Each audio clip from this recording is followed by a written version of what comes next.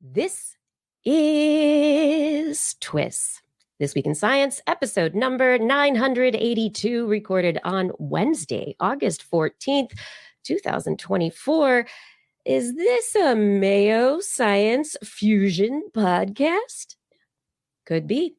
I'm Dr. Kiki, and tonight we will fill your heads with drilling, smarts, and music. But first, thanks to our amazing Patreon sponsors for their generous support of TWIS. You can become a part of the Patreon community at patreon.com/thisweekinscience. Disclaimer. This podcast was not created by an algorithm. The hosts of this podcast are real human beings. The voices, images, and opinions of the hosts come from them and have not been generated in any way by complex association matrices made to seem intelligent when in fact they are not. The hosts of this podcast have lived unique lives, learned multitudes, could be polymaths. We'll see about that. Embrace uncertainty and curiosity and are excited to share interesting findings, questions, and conversations with you on This Week in Science, coming up next. I've got the kind of mind that can't get enough. I want to learn everything. I want to fill it all up with new discoveries that happen every day of the week. There's only one place to go to find the knowledge I seek. I want to know what's happening, what's happening, what's happening this week in science. What's happening, what's happening, what's happening this week in science. Good science to you, Kiki. Good science to you too, Blair, and everyone out there. Welcome to this week's episode of This Week in Science. We are back once again to talk about all sorts of science stories that we thought were fun and interesting and share them with you and see what you have to say. We love getting your comments when you're in our chat rooms and when you send us the emails. We do have a great show ahead. Thank you so much for joining us. I have news stories about the crust, lasers, mayonnaise, some hearing heat, maybe shifting values, how music helps, and maybe a memory mechanism. I don't know. We'll see. Blair, what did you bring for the Animal Corner? Well, speaking of memory mechanisms, I didn't remember to bring more than 2 stories tonight. So I brought horses and lemurs. Those are good animals to bring. I mean, if you're going to bring anything to a science party, I think horses and lemurs are a good choice. Mm-hmm. Right? Especially those little ponies where you can go around and around inside of the little... Never mind. Yes. Everyone, if you are not yet subscribed to This Week in Science, please head over to, wherever you find a podcast. Look for This Week in Science. Subscribe, share us with friends. We also do this live stream of the podcast, which, is live on video on YouTube and Facebook and Twitch, 8 p.m. Pacific time-ish every Wednesday evening. And, you can subscribe and get notifications and share all that kind of stuff. But if all this is a lot, just head to twist.org where we have show notes, recordings of the podcast, and all sorts of fun things for you to try and make your life easier when it comes to us. But now it's time for the science. Yeah, give me it. Okay, I will hand it to you. I would give you the science right now. All right. So Justin's not here tonight. So this is all me right now. This last week, researchers working at a very special area of the Earth's crust. A team from Cardiff University in the UK. They started several years ago. They figured they were going to dig into the Earth's crust in the Atlantic Ocean at this little location, mid-Atlantic ridge, this place called Atlantis Massif. And where they were drilling, is kind of close to where two tectonic plates come together. So the idea is that if we drill and pull out this crusty material, eventually we'll get down to deeper material that might be more impacted by the heat and elements within the mantle. So today we really have not cracked through the crust of the earth. We've got some efforts. People are drilling, trying to go super deep. The crust is thick. It's hard to drill as deep as the crust is. You know, our earth is big.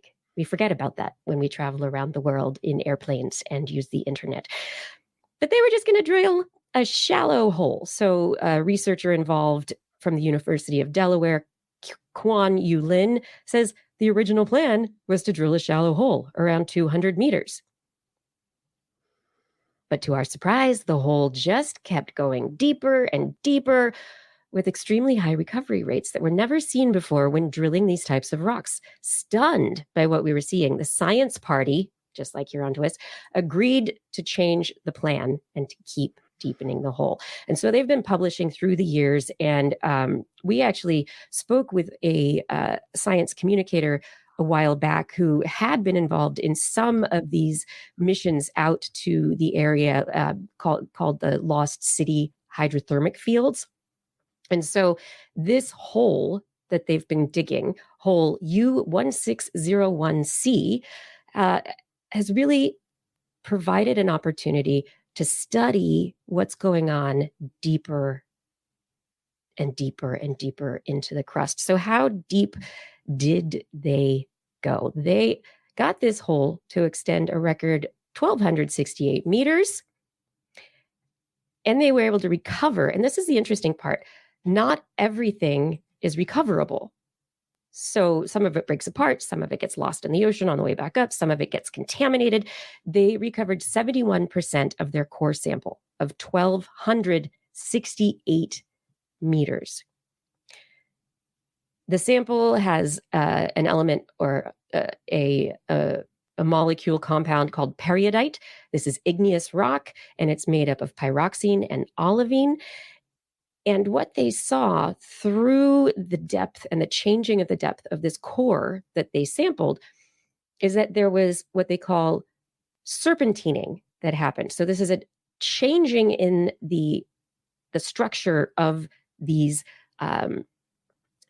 compounds, olivine and pyroxene, into new minerals that where there are hydrocarbons involved. And so as it got deeper and deeper, or the seawater was intruding, and the heat was coming up and possibly changing it as well, there was a lot of peridotite being transformed, and there was a lot of seawater penetration, and it suggests that there's a great opportunity for microscopic life to exist at very deep depths beneath the surface of the Atlantic seafloor. So it's a very interesting, fun study, because this is a different environment, a hydrothermal environment, where the researchers are able to get into, these depths that have never been reached before. And I love the idea that they were just going to go to, 200 meters or so. And then they're like, oh, this is really good. Let's go deeper. That would be cool. So you said 1,200 is how deep they ended up going? Yes. So they ended up going so far, 12. And they're still going? Yeah. So they're still going. And they say it's, this isn't getting to the mantle anytime soon, but because they're at this place where the tectonic plates come together, the magma is upwelling. And so there is a little bit more mixing. There's an alteration of the crust material by the heat and by and so there's really, this is getting at like the transition layers. We're getting towards the boundaries of the rock that is solid to the rock that is being transformed and then the rock that becomes more liquid, right? Wow, the mantle is upwelling. That's wild. It makes sense, but it's funny to think about.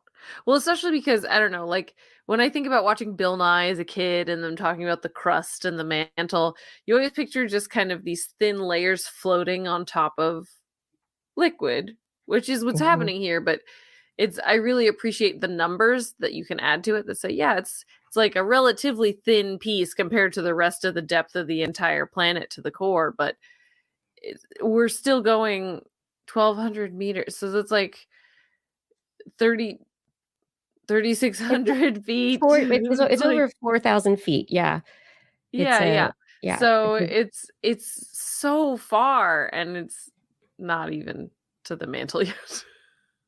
But if you think about how tectonic plates work, so you have some that are subducted, and so where one is going underneath another, and so material from the crust is being pushed down into the mantle, and then you have other zones that are uplift, and so you have tectonic plates that are pushing up, and so at those points you have more volcanic activity, and that's the magma that's coming up and that's pushing up. Yeah, so interesting. Fada in the chat is saying, keep in mind, 4,000 feet is not even 1 mile, right? So this is still, but we're under the ocean. Okay, but also Paul Disney in the chat room is bringing up something important to mention too, which he's saying that the mantle is not liquid, it's solid all the way down to the core because the pressure doesn't let that stuff to be liquid. If so, how is upwelling happening? Well, it's not liquid. It's like, it's like, but things shift and there is movement. There's fluid properties to it. Fluid, but it's yes.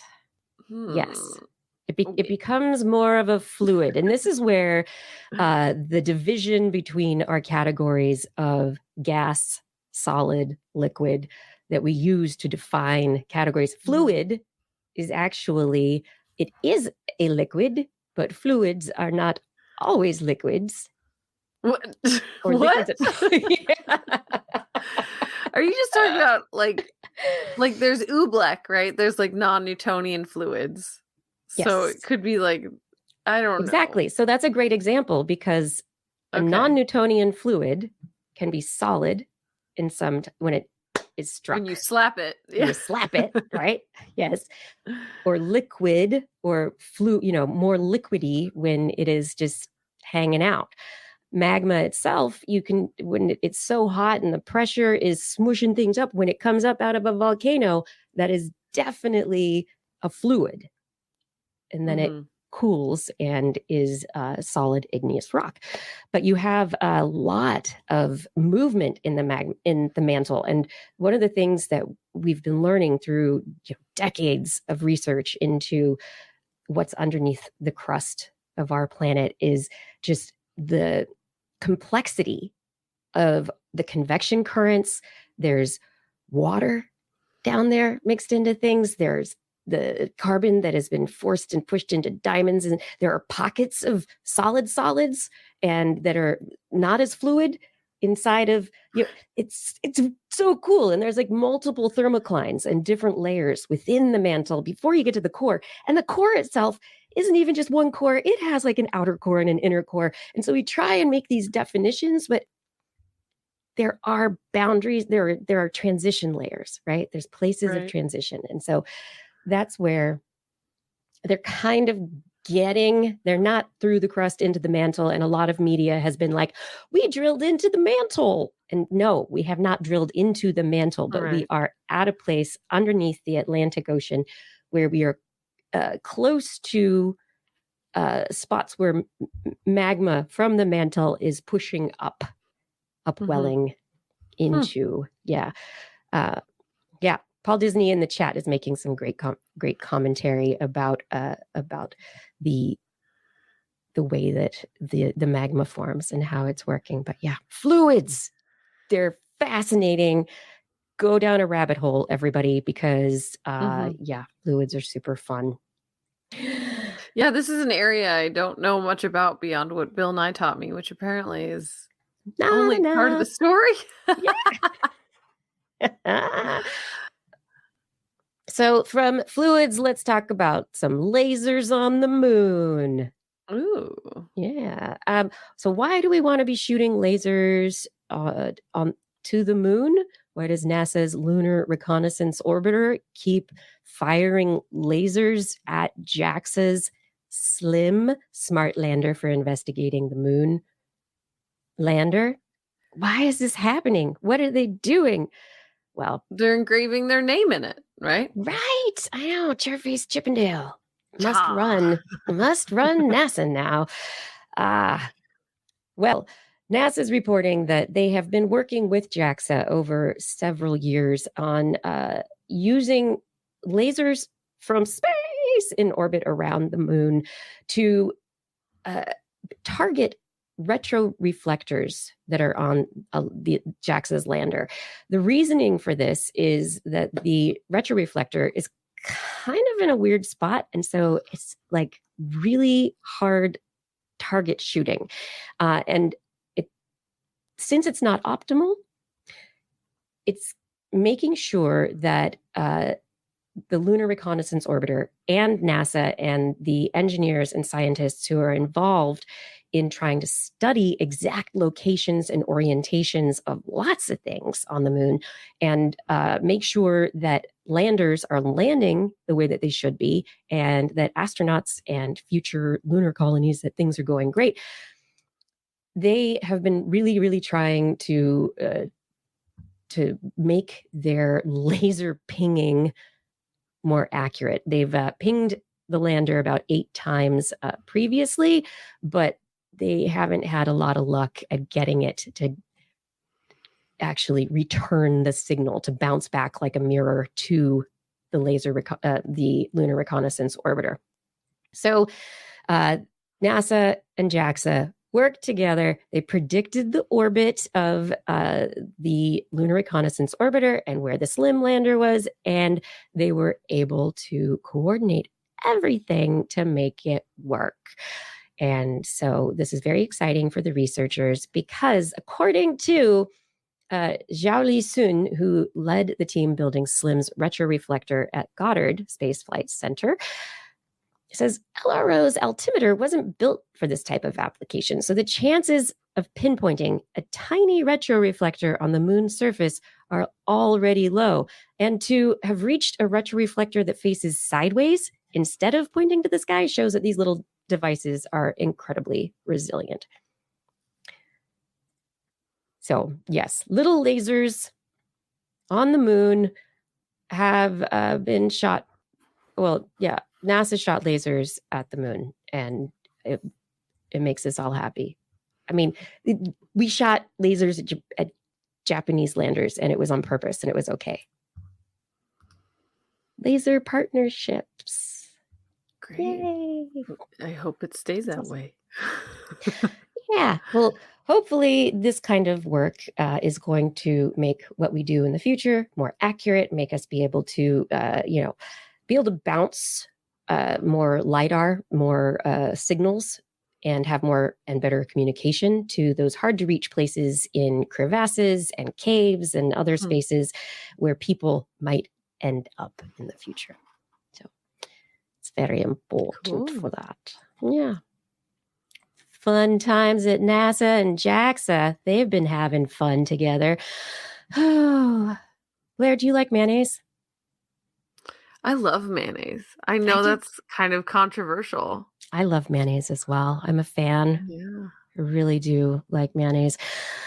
Well, some researchers from Lehigh Laboratory at Lehigh University are studying the dynamics of fluids, because fluids are interesting. Like I said earlier, fluids can be very interesting in studying the mechanisms of how high acceleration and other forces like centrifugal forces lead to what they are calling the instability threshold, where materials they kind of smush a little bit, and then they turn, and then they're like, and they become unstable. And when they are unstable, there are little interesting things that happen to them in the way that they interact, and they are less predictable in their actions. And so the big fun thing for this is that these researchers for years have been putting mayonnaise to the test to help inertial confinement fusion. Are they trying to separate it back out into its original components? Trying to pull a yolk out? Or like, what does that mean, become unstable? Yeah, so it is a non-Newtonian fluid. Mayonnaise. No, it's not. If you smack mayonnaise, okay. It's not as solid as the oobleck that you make in those experiments, but when it's accelerated, it acts in a non-Newtonian way.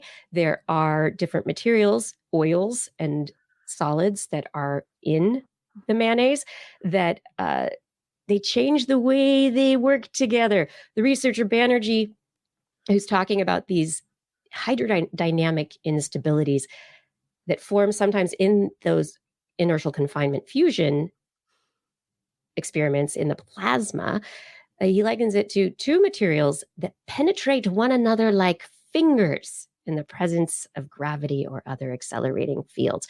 And so when those fingers form, you don't get as much energy. When there's nice bonds, so mayonnaise being accelerated to the point of being more solid and having fingers holding hands, it would, yeah. Did you have to say fingers? That makes it gross for some reason. Mayonnaise fingers. No. I enjoy it. Yes. I am saying fingers that much because it's fun. I don't get it. But what does it do that's not normal when it's accelerated? So because its fluidic properties, when it is accelerated in a centrifuge, it deforms and it becomes more solid in that acceleration. It becomes more solid. Because does water separate out from it and it becomes more solid, or it just becomes so there's what they say is there's elasticity, so there's the merging and deformation, and then there's stability, and that's when the fingers are then, and then after that is the instability, and that's when things get weird and the energy reduces and it's less predictable. And the researchers have been using mayonnaise for many years because they don't have to have a big, expensive setup with high pressure and high temperature to make it happen. They just use a centrifuge in the lab, put mayonnaise in, and can control what happens and investigate the phase transitions in the mayonnaise. That's so funny. It becomes unpredictable. I feel like the reason people like mayonnaise is because it is extremely predictable. Right? It's mayonnaise. That's what it is. That's what you're gonna get. It's almost a synonym for super tame and plain and dependable mayonnaise. Yeah, well, if anybody wants to put it in a centrifuge. If anybody wants to use science mayonnaise, apparently Hellmann's mayonnaise is what they have used for years. I do not know if they are sponsored, or I don't know. I haven't. That's hilarious. Oh man, Hellmann giving them money to put their mayonnaise in a centrifuge for product placement. Science mayonnaise. It's a Mayo-Science fusion lab. I mean, where is this lab again? Lehigh University. Where's that? Should I Google it? I need to look at Lehigh University is, I know in Pennsylvania. Pennsylvania. Yes, thank you. So, okay, the reason I ask is because Hellmann's mayonnaise is called Best Food Mayonnaise here. Oh, It's a I'm a Carl's Jr. fan. Hardee's situation. So so Hellman's east of, what is it? Hellman's east of the Rockies or so? What is it? It's where Yeah, the Rocky is it the Mountains. difference Yes. between soda and pop and Kind of, yeah. Or it's like, and it's not the Mayo Clinic, what is it? everybody. Dryers and not Briars, No. Dryers and No. I forget. But yeah, there's all these Two- brands that have different Thank names you. on either end of the country. Yeah. No. Anyway, But I yeah, digress. phase transitions is very in mayonnaise. Who knew? Mayonnaise may make our plasma and fusion future brighter than ever. Through mayonnaise, through whipped egg. Molten mayonnaise. I can't. It's just hilarious. Oh my goodness. Let's see. Next, yeah. Oh my goodness. This is going quickly, slowly. I don't even know what to say anymore. I hope everybody's having a good time. If you enjoy mayonnaise, Mayo, you go have a sandwich. Well, I very briefly say that this is This Week in Science. Thank you so much for joining us for this episode. And we are here every Wednesday, 8 p.m.-ish Pacific time on YouTube, Facebook, and Twitch. You could subscribe and share, which is really great. And that would be awesome. Additionally, our website is twis.org. And if you would like to support us, you can hit the Patreon button at twis.org and choose your level of support at Patreon. Or you can look at our Zazzle link, which is also at twis.org. Go to our Zazzle store where there's lots of cool TWIS merch. A lot of it art, originally not AI generated, but human hand generated by Blair, which is amazing. She made the things. And there's also here on YouTube the ability to donate as well. And we thank you, Tulak, Horde, and the Acolyte Orchestra. I hope are you our acolyte now? Anyway, thank you all for being here and supporting us. We cannot do this show without you. Really, it would just be me and Blair talking about mayonnaise fingers all night alone without you. Oh my gosh. Blip. Okay. Coming on back to more science conversation. It is time for that part of the show that we love to call Blair's Animal Corner with Blair. She loves our creatures, great and small. Biped, millipede, no pet at all. If you want to hear about animals, she's your girl.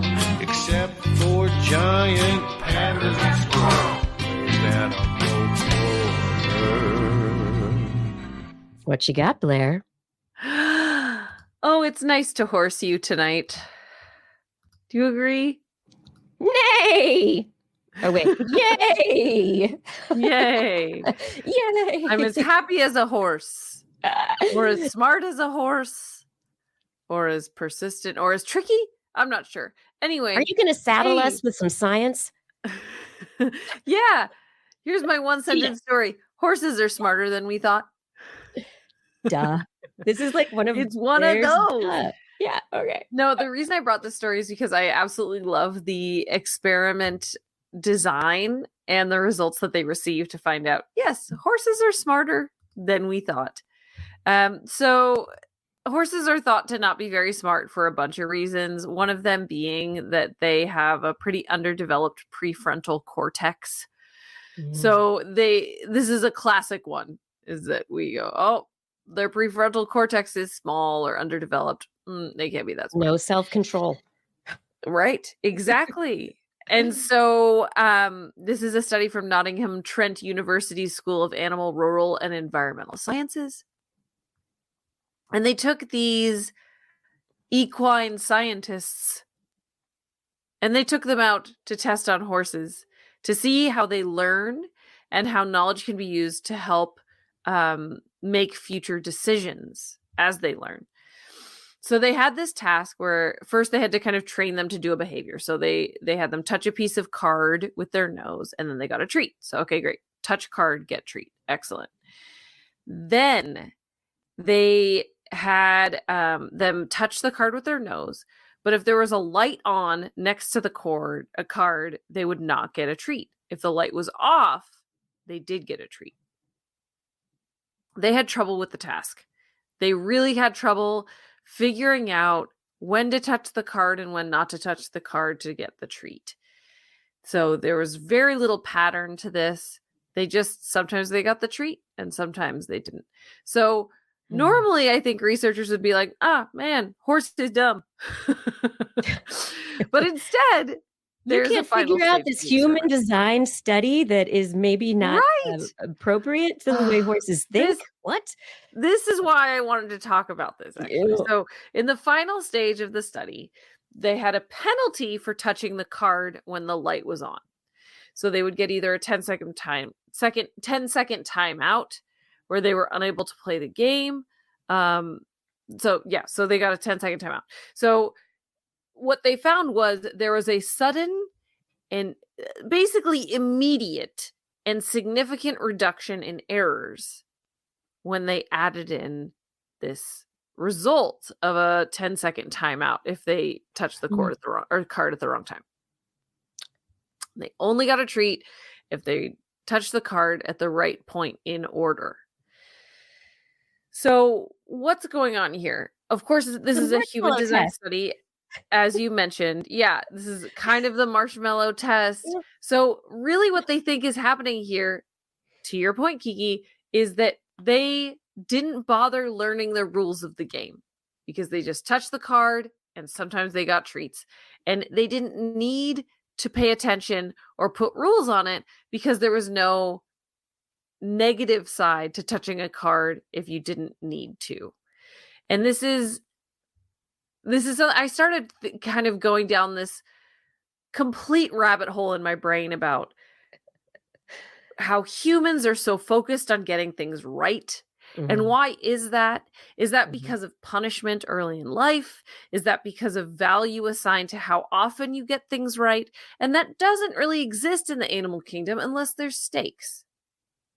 Well, why does a horse care, right? if they, yeah, exactly. That's the stakes, right? Yeah. But why would a horse care if they touched a card and they didn't get a treat? Why do they care? They touched the card. Okay. Oh, I touched the card. Now I get a treat. Okay. What did they lose? They lost nothing by touching the card. Yeah. They're not worried about their grade. Their metabolic cost or their, the threat to them touching the card is nothing. But if you're in an agricultural school, there's no threat based on metabolic cost, right? You have infinite hay, so you're good. But so yeah, I think the whole idea of kind of this design of this experiment had a flaw because without a negative consequence, and this isn't punishment. There's a difference between like punishment and negative consequence, right? Yes. So basically, you're trying to train the horse. This is right and this is the wrong answer. How do they know that's the wrong answer if you don't differentiate so it's I think it's an interesting design change that they had to apply to this model to be able to actually say, does the horse understand the game? So instead of not understanding the game the first time, they just didn't care to learn. And once there was a reason to learn, bam, they figured it out, they learned it, they had the ability to understand this complex process. So there's basically they're not geniuses, but they're a lot smarter than previous studies have suggested, than we have suggested based on their brain structure. And so they have this form of learning called model-based learning, which was previously assumed to be too complex for them to learn.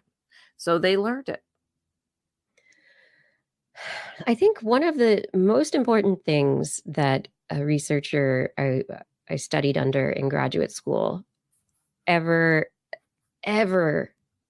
taught me was to not think like me if I was doing work with animals. Why do you think it works? Why do you think it doesn't work? Stop thinking like a person. Start thinking like the animal. because the animal is looking at the world in a potentially different way, probably very different Yeah, way than you are. absolutely. Yeah. Mhm. Yeah, I mean, I feel like all the time we have studies that we talk about on this show where the experimental design kind of assumes that an animal's going to behave or think like a human. Mhm. And I will always take issue with that. The whole Yeah. sense of self test where there's a dot on your face, do you touch it? Does that animal care there's a dot on their face? Maybe they know that there's a dot on their face, but they don't care. You know? There's One day there was a dot. Now there's no dot. What happened? Do I care? Nah, didn't make a difference in my right. life. It's Yeah. So it has Yeah. to be relevant to the animal. There has to be Mhm. consequences there has to be stakes, right? And you have to make sure that you're measuring what you think you're measuring. And in this case, Yes. they just measured like, Yes. hey, if I touch this card, sometimes they give me a treat, which was not the intention. And so they had to adjust. But ultimately, in the end, horses are a lot smarter than we thought. Go fig. Horses are really smart. The idea that they wouldn't Mhm. be, I mean, I don't, there have been other stories and headlines, and I know there are lots of horse people out there, but, the connections that they make with people, the personalities that they have, Mhm. the way that they do follow directions and learn a lot of things. People have compared their intelligence to that of a dog. Right. But Yeah. that again is inaccurate because horses are not dogs. Right, and dogs are Oh. predators, and horses are descendants of prey, and so yes, it's Yeah, like so different. so many It's, differences. Yeah. I mean, we just the Olympics just happened, and I assume they had dressage. I really didn't watch much of the Olympics this year, but dressage is something that you watch that you'd be like, why would a horse? How could a horse? How could a horse know to do this weird?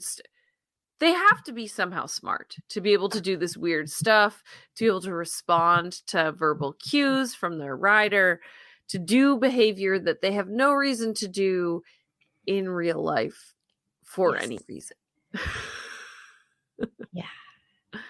I don't know. You've talked about clicker training people, so I mean, Yeah. the horses too, Yeah. but yeah. Absolutely. Yes, from horses to lemurs. Lemurs, hey, Kiki, lemurs are also smart. No, they look so their big eyes and the way they kind of Yeah, they go, look dumb. You can say it. They look dumb. and it's like, King, what's his name from Madagascar? The movie, Yeah, like, I don't remember yeah. his name.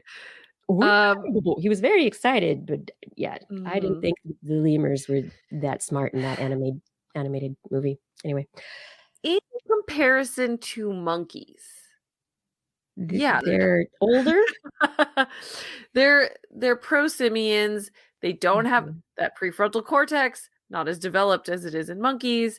Their brain is just generally not as developed as more recent primates from evolutionary history. So the reason they're called prosimians is because they're kind of before simians, before monkeys. So it's thought that lemurs are what all monkey relatives looked like to a certain extent before evolution got their mitts in those prosimians and turned them into the monkeys that we know and love today. But because lemurs are on Madagascar, which is an island, they didn't have the same selective pressure. They didn't have these large mega predators. And so the lemurs that we see today didn't really have the same evolutionary pressures and look kind of But there are so many species of lemurs, like but only Madagascar. on Madagascar. Yeah, So you've had all this specialized. evolutionary time, and so you've had evolutionary radiation, right? So you have had evolutionary movement, but they haven't had these large skips and bounds in their development that simians have had Mm. on the mainland, I guess, if that makes sense. They So didn't have enough anyway, rafts. Yeah. right. So this is a study from New York University, and they were looking at how they forage to find food and what methods they use to investigate and find food when they forage. So they were looking at different types of sensory information that they might take in ecological information, and social knowledge. And they wanted to see what they're using when to find their food. Historically, there have been two schools of thought on how primates develop how they developed their bigger brains that I was talking about. One was ecological pressures. That could be like scarcity of food. And the other is social pressures, where they're living in a group. So looking at prosimians, you see kind of the evolutionary roots of later simians. And so it's a good place to start when you're trying to kind of parse out what came first and what was most important to their development.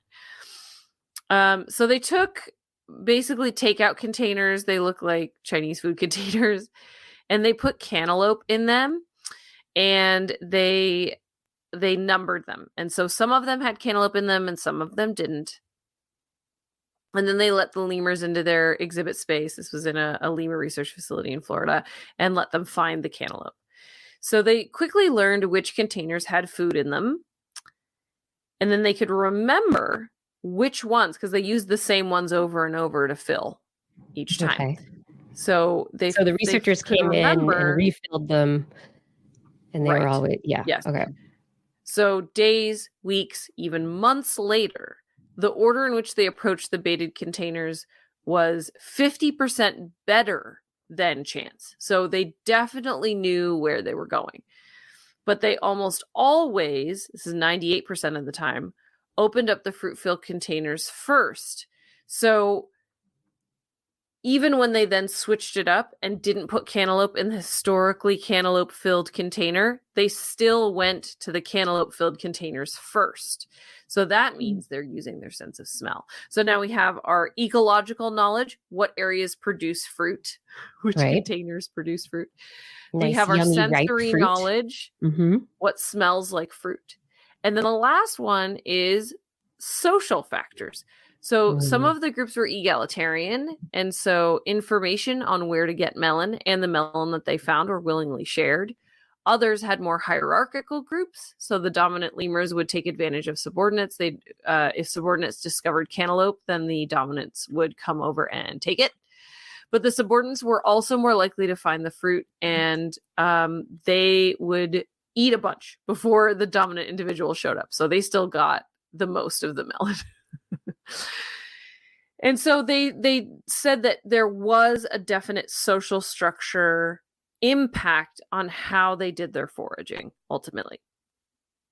So all three factors are operating at the same time. They have memories of where the food are, they're considering olfactory information, and social factors are keying into how they're foraging.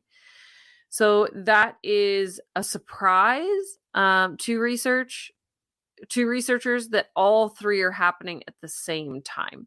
I'm not sure why that's a surprise. It's another like, hey, animals. Because lemurs, they're not as smart as monkeys. Pro, not now.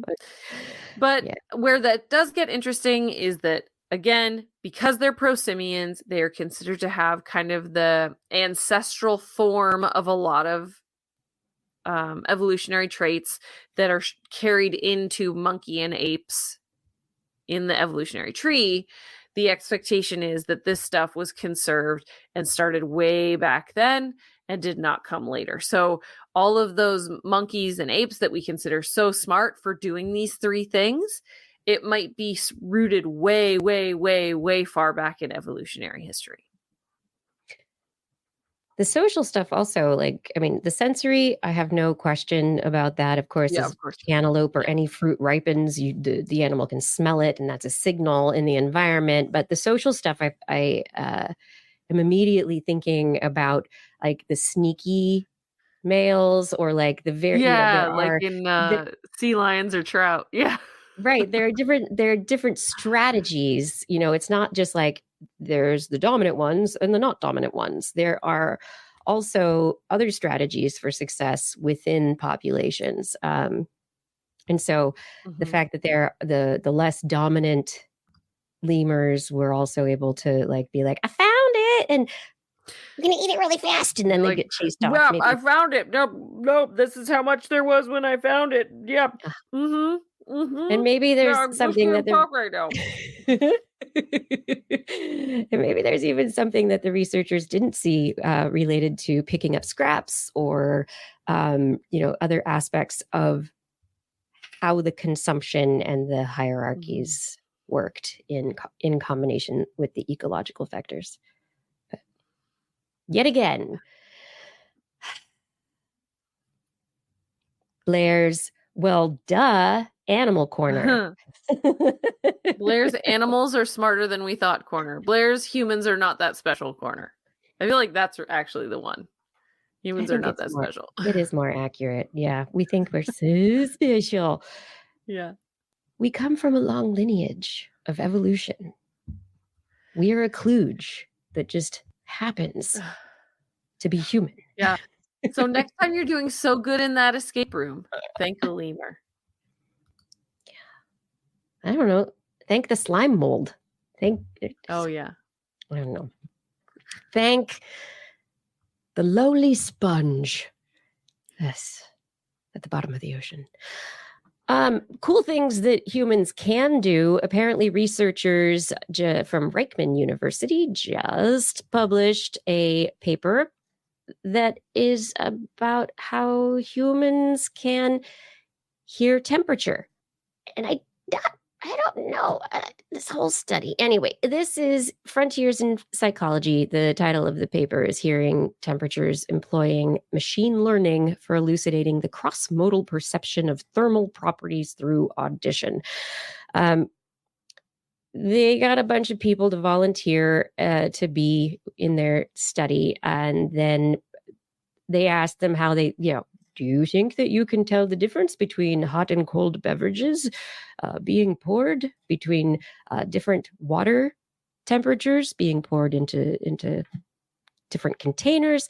And people a lot of the time are like, yeah, no, I don't know if I can at all. But their research and the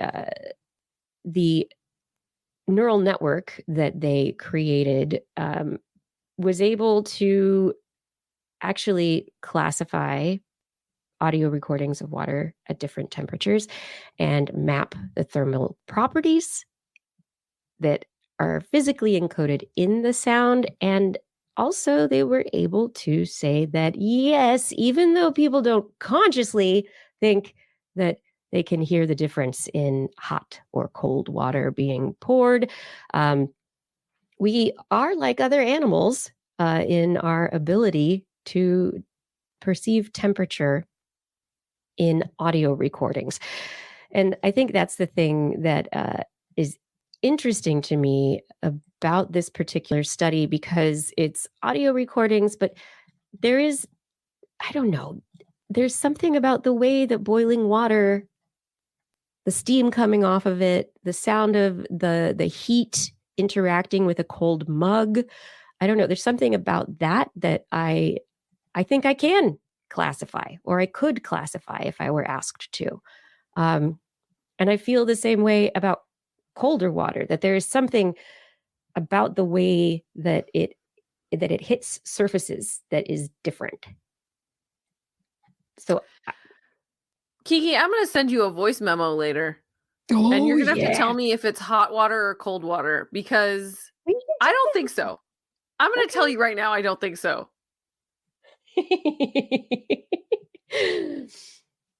So it's just really fun, though, this study, not having the visual information of the water being poured into a sink, a cup, whatever. It's the recordings, just the audio aspect. So there's no other context to the recordings. And people were able to discern, and they were able to discern at similar amounts as this machine learning algorithm was able to. I'm assuming that this is good science, and they use the same water spigot to dispense the liquid, and they use the same cup to accept the liquid. and all these things are the same. Yeah. So from the study, they had their training set, they had recordings, and they poured water until a cup was full. There were 32 audio recordings, 16 hot, 16 cold, average length of 9.2 seconds for them. It consisted of recordings that, 19 hot recordings of 85 degrees Celsius for the test set, cold recordings of 15 degrees Celsius. Cold. They were automated from 5 different fixed heights from 34 to 38.7 centimeters and fixed lengths of 32 seconds each. And then the recordings themselves were segmented into 4-second segments. So they had variety of 127 labeled audio segments that could be hot or could be cold from different heights and of different temperatures. Yeah, because so I'm glad to hear that, because my original assumption is that I could tell the difference between hot and cold water being poured, but that's because you're pouring from a tea kettle into a mug, or you're pouring from a pitcher into a glass. You pour the hot water slow, you pour the cold water fast, right? So like there's all these other variables going on in our personal lives when we experience these different sounds. So I guess that's my other question is like, are we priming ourselves and training ourselves on the difference between these things via all these other variables our entire lives? And then we can figure it out because of that? Or is this something that we are born with, the ability to understand the way that hot and cold water sounds? I think that's a very interesting question. I do not believe that question has been answered. I think the data has yet to determine, whether or not this is learned, whether it is something that is innate, how it's acquired, what happens based on experience. So anyway. So they didn't identify what sounds different. They just identified that human subjects could tell the difference. Hot. They voted, this is hot, this is cold. Yeah. What am I hearing? So the researchers did nothing to try to figure out what the different sound is. No, not at that point yet. So they that's what they were trying to do with their audio algorithm model, which is to be able to start to get at what recording, what classification, and then maybe from this point forward there can be some differentiation of what actually is going on in the noise and how we actually hear it. Why we and Shnogo in the chat brought up a really good point, which is the density of water changes as it gets hotter, so that might change the sound quality. It just feels like it wouldn't be significant enough of a change, but I guess our ears are not too bad. I mean, as far as the animal kingdom goes, our ears are kind of trash. So the fact that we can figure that out is pretty great. I had a fun conversation with Marshall this last weekend about how, you find out, maybe you ask a question. I've asked questions of people for decades, right? And so many times people have been like, no, that's not even a thing. And then I'm like, oh, okay, well, whether or not it's a thing. So, okay. And then I'm like, and then a study comes out and you're like, oh my gosh, it makes a big difference, whatever. So we were talking about audio frequencies and sound transfer and vibrations and how, how cochlear implants work and the vibrational sound that is being used for bone transmission and other ways to allow enhanced hearing. And we were I was talking about like, oh my gosh, the pinna, the earlobes, like all the things in your ears. Like you look at a cat, a horse, animals that move their ears around to more specifically locate where sound is coming from. What if at some point people start having like ear modifications to hear different frequencies of sound. Like, what if you could go to an audiologist, and the audiologist is like, Wow.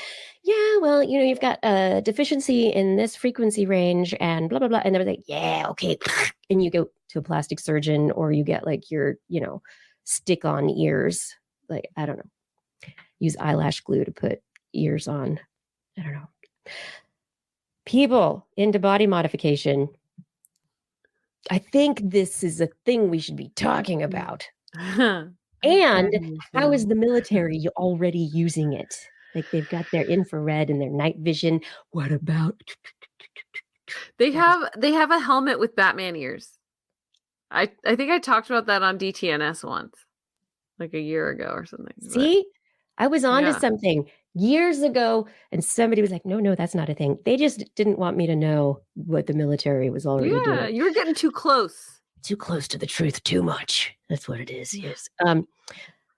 But how do you think about this morally? What should we be doing? Oh my gosh, what are your moral values?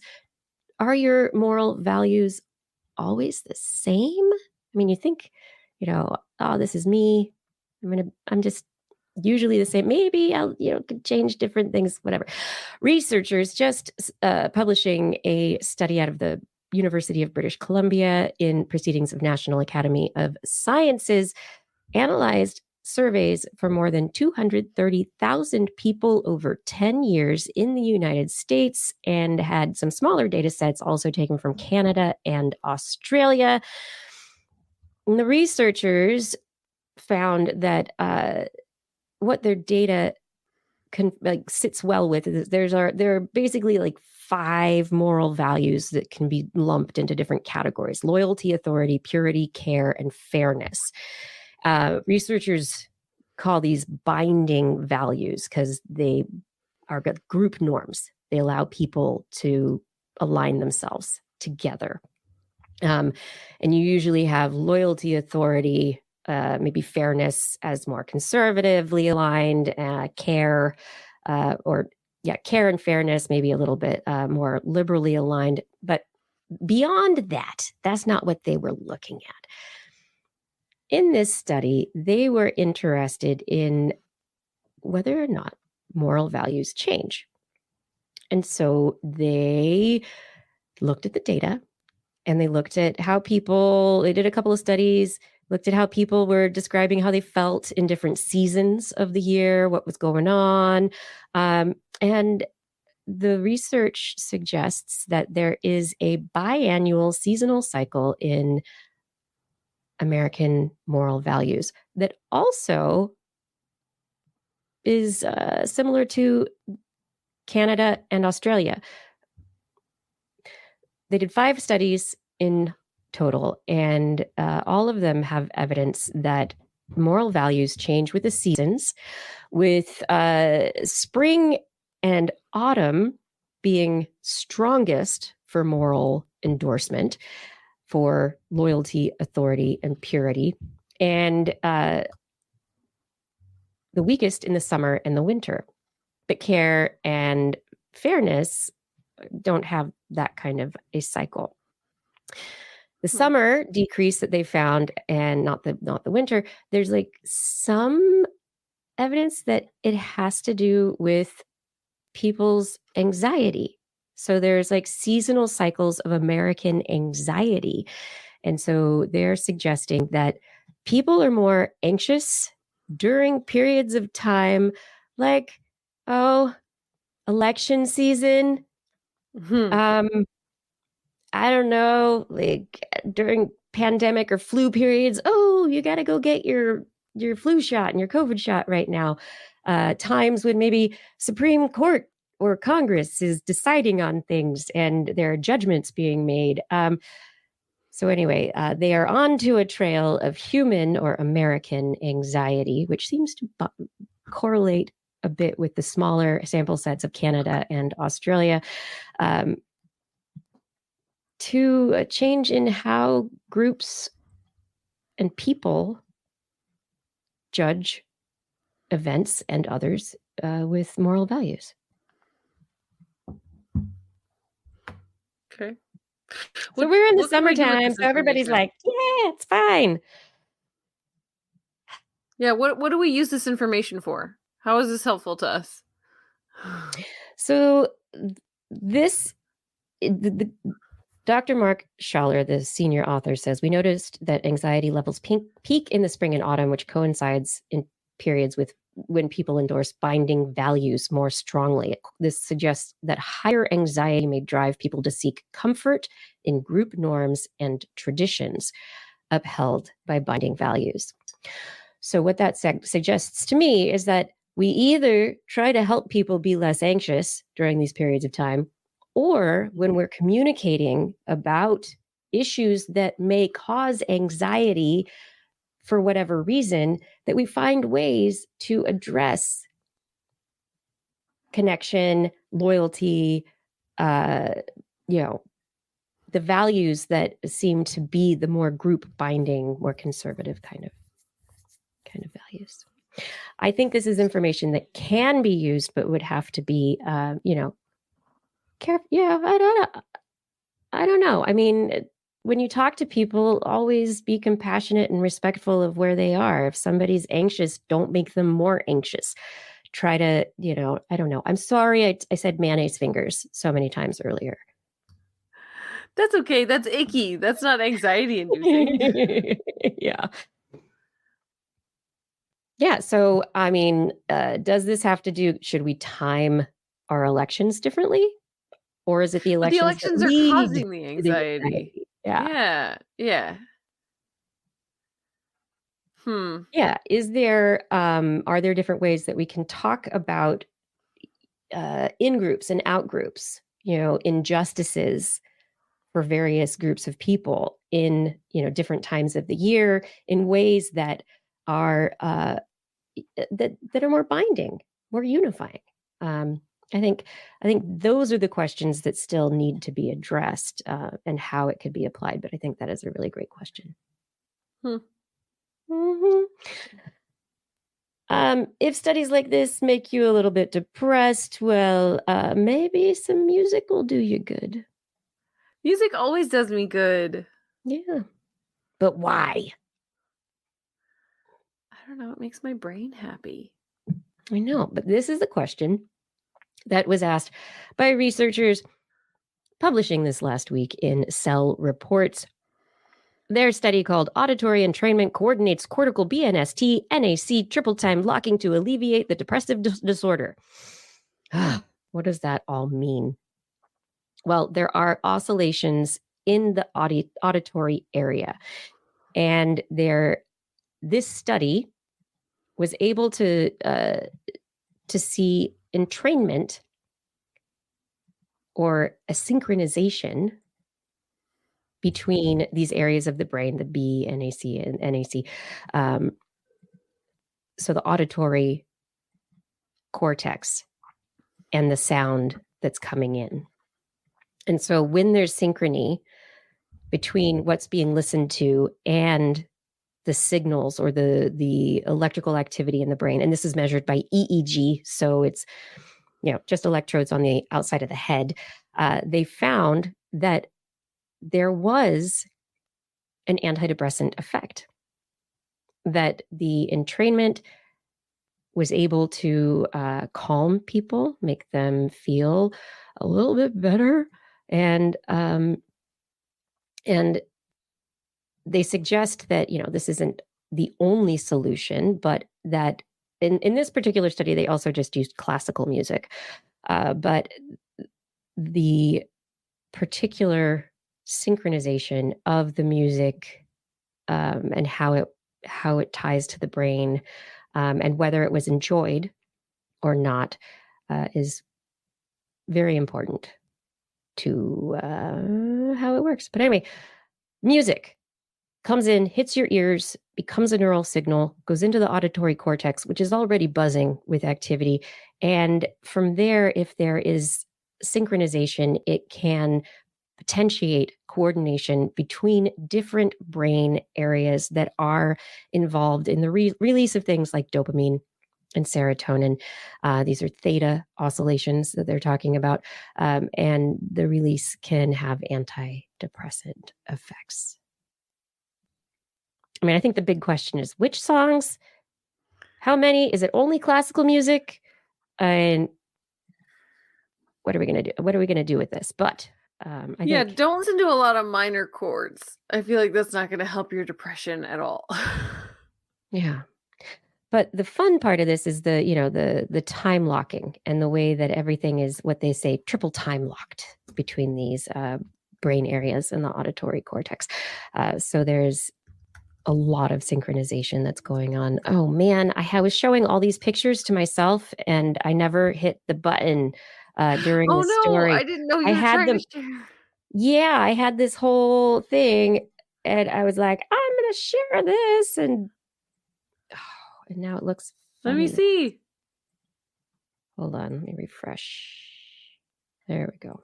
Okay, hold on. I was going to look at, there's some great pictures here. So I was going to try and show it. I thought, but I didn't hit add to stage. Dun, dun, dun. Brain areas, nucleus accumbens. Yes, the beta T, the cortex, the pathway of synchronization. And then beyond that, the electrodes, the music treatment, the classical, high enjoyment, low enjoyment. What do you like? Bach? I don't know. What do we like? What do we got? There's a very big difference between the signals in the brain of the liking and the not liking the music, the different areas of the brain, the theta bands, and how they showed up in the EEG were very different in how they showed up. And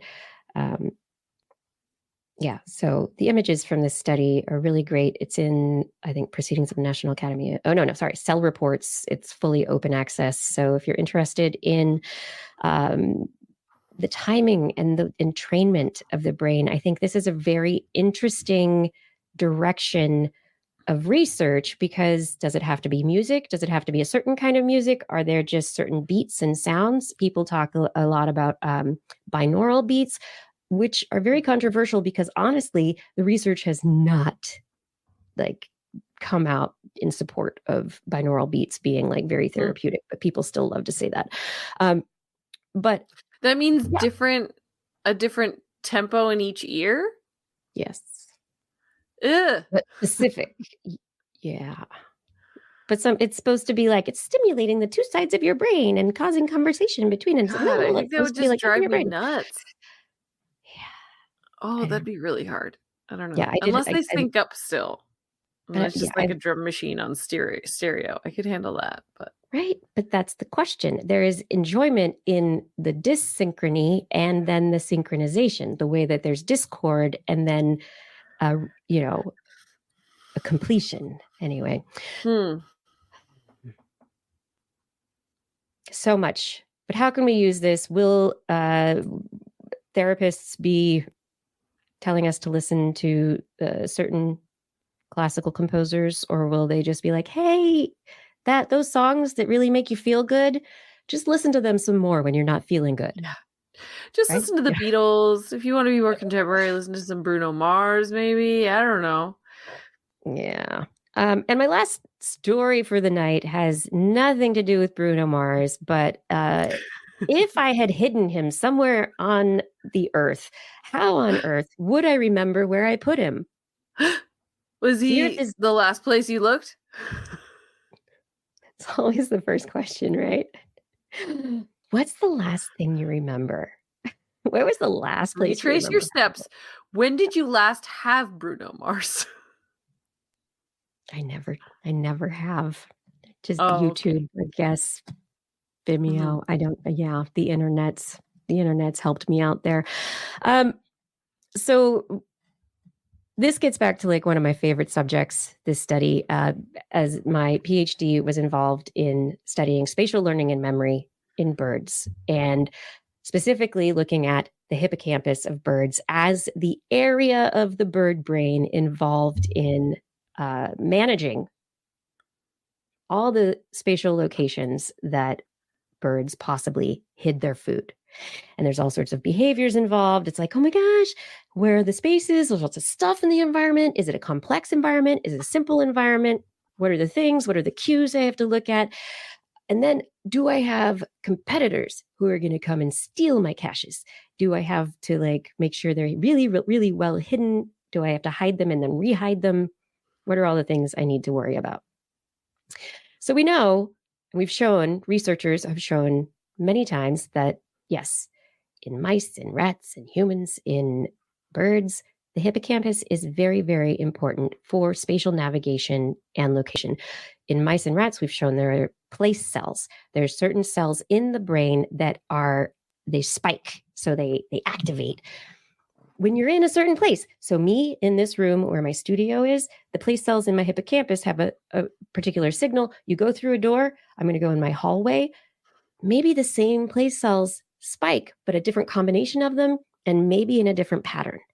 So your place cells play a role in encoding spatial information, and they're not always, they might be active. One cell might be active in lots of different places, but maybe in different ways and in concert with other cells to allow it to happen.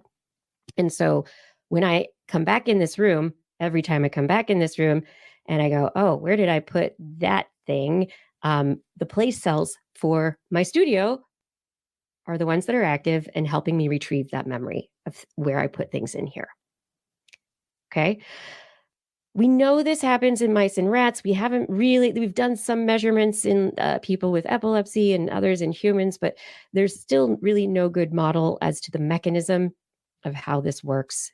We know memory happens in complex environments. We know the Siberian tit can store over 250,000 different objects in the environment in Siberia over the course of its food storing and winter survival season. How do they remember? So these researchers publishing in Nature this week have come up with a model. It's not using any animals yet, but it's titled a non-memory based functional neural framework for animal caching behavior. So where did you put your keys? Where did the squirrel hide the nuts? Where did the bird put the food? These researchers using a neural model, so basically computers, to model how neurons would work in a particular environment, they have determined that there is there's similarity to something already used in computers, which is called hashing. And in hashing, the computers are basically like, okay, this is a yes, there's a no. It's a method it's a function that occurs in specific contexts. So in the context they're talking about, they say in the paper, hashing refers to a class of functions that map arbitrarily complex data to a fixed sized lower dimensional representation. So basically, this is how does the tiny hippocampus store the world? How does the tiny hippocampus store all of these things? Well, it's possibly through some analog of this hash function that is something that's already been used in computers. And so they tried to add complexity. They made grids. They added scores for, what should be in the environment and how a bird might store their food. And we're able to show through the work that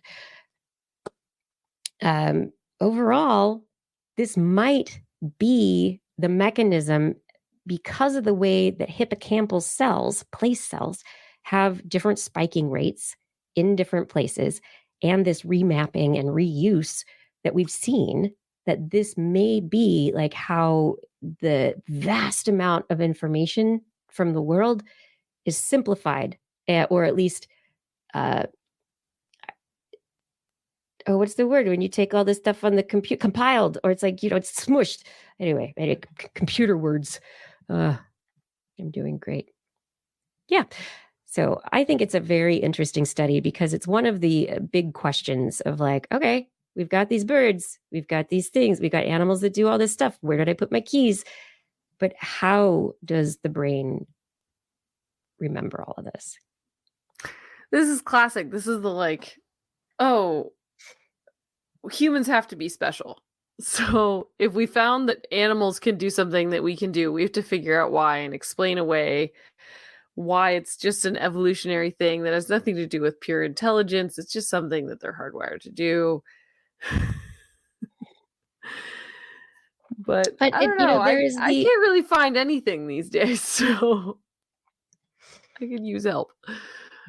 But this is the thing that I think is really interesting about when we start talking about generalized artificial intelligence, or going beyond the correlational matrices, complex correlational matrices of probabilities that we're currently using as algorithms with large language models and generative AI and all that kind of stuff. They're rules, right? It's computer programs. It's yes or no signals. And at what point do you go from simplifying everything down in the world to whether it's a bit flip, right? A 0 or 1. At what point, this is why physicists still try to explain biology and evolution through math, even though as a biologist, you're like, you're missing so much stuff. This is why when people start switching into different territory, then their focus is people miss things because there is humans we want to simplify things, right? We want to rule. And this is like, okay, maybe we can make these probability maps that will help robots remember where things are. And how do you take this neural network model into a real world situation? And that's why I said they did not do this in real animals. This is not actually, comparing hippocampal place cell activation. This is just math and, them making math rules.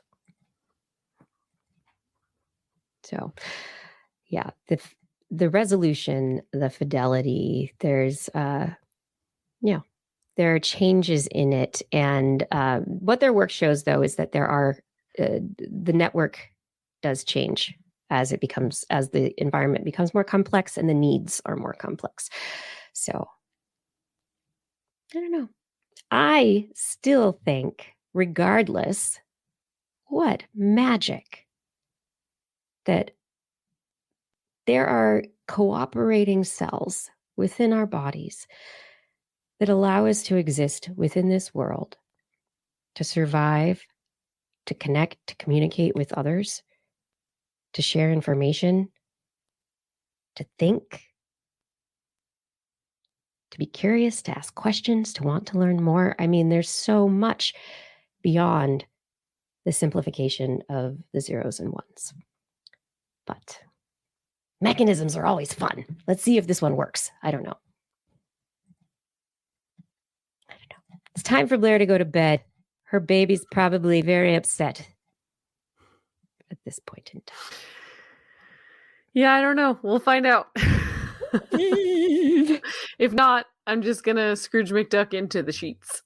Oh, can you actually dive like that into your bed? That would be of course really not. Amazing. Pew! All right. Yes. Consolidation. Yes, Kevin Reardon. When you sleep, that'd be great, Kevin. Yes, I would love to sleep and consolidate the day into memories. That's the entrainment. I kind of gave up that hope a year ago. Children destroy your brain's ability to remember, to function. You're just It made me feel better when I read that the reason that new moms can't remember where their phone is because it's not They're just the lack of sleep, it's that they're thinking about 30,000 other things. the multitasking cannot be understated. Oh, I Yes. have to restock the diaper bag, and when's the last time he ate? And I have to reschedule that appointment and all these, right? And so that's why you can't remember. 30 years? How would I have to wait 30 years to get that back? I don't Gonna know. disrupt my sleep for 30 years. My son's 13 and I just had a birthday and I have gone on temporary strike and have been spending a lot of time on the couch, a lot of time sleeping, just letting the dishes pile up because why am I always doing them? Why do I have to take care of Mhm. your wanting to do something? You have a phone now. Call your own friends. Oh my God. So anyway, I haven't told anyone I'm on strike, but I guess Yeah, I think I quiet quit a couple of weeks ago. yeah, that's different. That's you if you really want to go on strike, you have to organize and make demands. Yeah, okay. No, I quiet quit then. Okay. Yeah, we'll see how You're that doing the goes. bare minimum. Still getting Oh. paid in I don't know. Maybe a hug every once in a while. I don't know. Healthy family, right? That's I don't I hope yeah. I hope there. I don't know. I'm not paying attention anymore. All I pay attention to is TWIS every Wednesday night. That's it. I'm just here for There you. you go. No, I hope everyone enjoyed the show. We have gone through our stories for the night. There is so much more to be talked about in the world, and I hope that your curiosity has been piqued by a number of the topics that we brought up tonight. Shout outs to incredible people who help the show go. Fada, thank you for your help with social media and with show notes. Gord, Arnlore, others who make sure all our chat rooms are great places and nice places for people to talk about the stuff we're talking about on the show. Thank you for doing that. Rachel, thank you for editing the show. And Identity 4, thank you for recording the show. And of course, everyone in the chat room, thank you for being in the chat room and being here while we are doing the show. Discorders, I see you. And that brings me to the thanks to our Patreon sponsors, without whom we would not be able to do this show in such an ongoing fashion. Thank you to Eden Mundell, Alan Viola, Aaron Anathema, Arthur Keppel, Craig Potts, Mary Gertz, Teresa Smith, Richard Badge, Bob Coles, Kent Northcote, George Corris, Pierre Velazarb, John Ratnaswamy, Chris Wozniak, Vegard Shefstead, Donathan Styles, aka Don Stylo, Ali Coffin, Reagan Shubru, Sarah Forfar, Don Mundis, PIG, Stephen Albaran, Daryl Myshak, Andrew Swanson, Fredus104, Sky Luke, Paul Ronovich, Kevin Reardon, Noodles Jack, Brian Carrington, David E. Youngblood, Sean Clarence Lamb, John McKee, Greg Riley, Mark Hessenflow, Steve Leisman, aka Zima, Ken Hayes, Howard Tan, Christopher Rappin, Richard Brendan Minish, Johnny Gridley, Remy Day, G. Burton Lattimore, Flying Out, Christopher Dreyer, Greg Briggs, John Atwood, Rudy Garcia, Dave Wilkinson, Rodney Lewis, Paul, Philip Shane, Kurt Larson, Craig Landon, Sue Doster, Jason Olds, Dave Neighbor, Eric Knapp, Lon Makes, E.O. Adam Mishkan, Aaron Luthen, Bob Calder, Marjorie, Paul D. Disney, David Summerly, Patrick Pecoraro, and Tony Steele. Thank you all for all of your support. And additionally tonight, thank you to Tula Cord and the Acolyte Orchestra for their support on YouTube. That's pretty awesome. Moms should rule the world, Kevin Reardon. Oh my goodness. But we could not do what we do without all of you. So if you would like to support us on Patreon, please head over to twist.org and click on that Patreon link. On next week's show, we will be back on Wednesday at 8 p.m. Pacific time, broadcasting live from our Twitch, YouTube, and Facebook channels. And if you would like to listen to us as a podcast, are you all ready? Search for This Week in Science wherever podcasts are found. And if you enjoyed this show, get your friends to subscribe too. We like subscribers. For more information on anything you've heard here today, show notes and links to stories will be available on our website. That's right. Our website is www.twis.org. And you can also sign up for a newsletter. Yeah. And we love your feedback. So if there's a topic you would like us to cover or address, a suggestion for an interview, please let us know on one of our social media accounts or send us an email. I know someone in the chat was asking earlier what my email is. You can email me at kirsten@thisweekinscience.com. Just be sure, if you send us an email, to put TWIS, TWIS, in the subject line, or your email will be spam filtered into a to-go box next to a bunch of smelly cantaloupe. And a lemur may find it and then eat it, and then we won't. So put TWIS in the subject line. We look forward to discussing science with you again next week. And if you've learned anything at all from the show tonight, remember, it's all in your head. This Week in Science. This Week in Science. This Week in Science. This Week in Science, it's the end of the world. So I'm setting up shop, got my banner unfurled. It says the scientist is in, I'm gonna sell my advice. Show them how to stop the robots with a simple device. I'll reverse global warming with a wave of my hand. And all it'll cost you is a couple of grand. 'Cause this week's science is coming your way.